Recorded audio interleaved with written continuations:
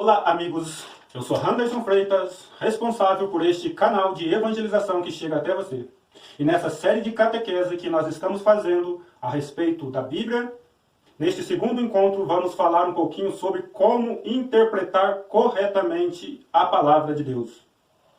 O primeiro ponto que nós temos que levar em consideração ao ler um texto da Bíblia é a obra literária.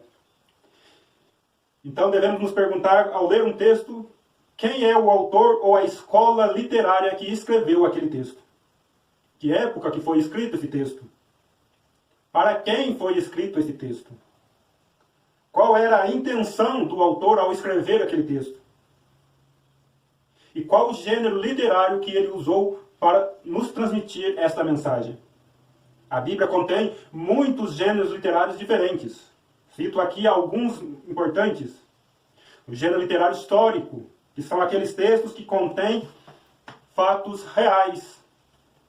Existem também os proféticos. Os textos proféticos são aqueles que fazem uma leitura da realidade à luz da lei de Deus para anunciar o projeto original de Deus e denunciar os desvios do povo. Também existem os textos poéticos ou líricos, que são poesias, músicas e lendas, muito utilizados na Bíblia. Também temos os gêneros apocalípticos, que são utilizados em tempos de perseguição.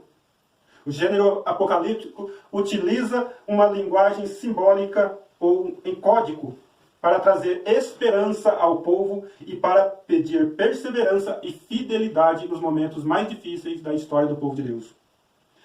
Também temos um gênero muito marcante na literatura bíblica, que são os midraxes. Midraxes são uma forma de romance, ou uma novela, uma história em ficção, criada pelo povo em histórias populares, contadas para servir de lição para as pessoas. Poderíamos citar ainda os textos legal, que falam sobre as leis e instruções religiosas. Os textos sapienciais, que são textos meditativos. Os mais conhecidos são os Salmos. O segundo ponto que nós precisamos compreender para fazer uma correta interpretação de um texto bíblico é o seu contexto histórico. Então, depois de sabermos sobre a obra literária, quem escreveu esse texto, temos que saber do contexto histórico aonde ele aconteceu. Então, que época que foi escrito esse texto, onde foi escrito esse texto, em qual local do mundo foi escrito esse texto, qual era a cultura da época, como que o povo se comunicava, como que o povo vivia, pensava, se relacionava uns com os outros, como que essas pessoas então entendiam o texto lá naquela época, como era o poder político e econômico da época, quem estava mandando no país, o povo era rico ou era pobre, era escravo ou livre, e como era o poder religioso na época. Terceiro ponto, então, para a gente agora compreender mais corretamente a palavra de Deus. Primeiro ponto, obra literária. Segundo ponto, contexto histórico. E o terceiro ponto, importantíssimo para nós que somos cristãos e católicos, compreender corretamente a palavra de Deus, é chamada da sagrada tradição. Então, ou seja, como que a Igreja Católica interpreta o texto que nós lemos na Bíblia.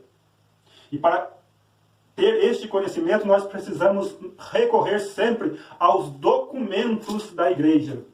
Cito aqui dois documentos muito importantes para uma boa interpretação da palavra de Deus para cada um de nós. A Dei Verbum, que é um documento do Concílio Vaticano II que nos ensina como interpretar a palavra de Deus. E um documento já do Papa Bento XVI, Verbo Domini, que também vai nos ensinar como interpretar a palavra de Deus como cristãos e católicos.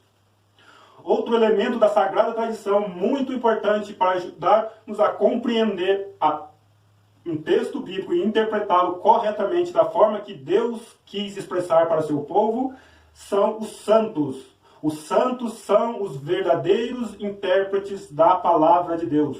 O seu modo de viver, de pensar e de agir no mundo nos mostram como interpretar corretamente essa palavra.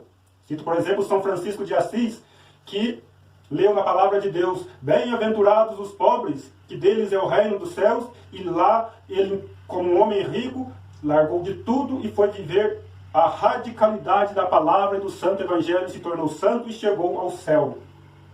Outro ponto importante para a gente compreender a palavra de Deus é como esse texto é lido na liturgia da igreja.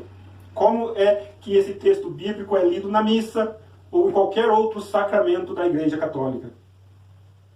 Importante também notarmos que a Bíblia Católica contém notas de introdução. Sempre, toda a Bíblia Católica tem umas notas de introdução antes de cada livro, para que a gente possa compreender corretamente os textos.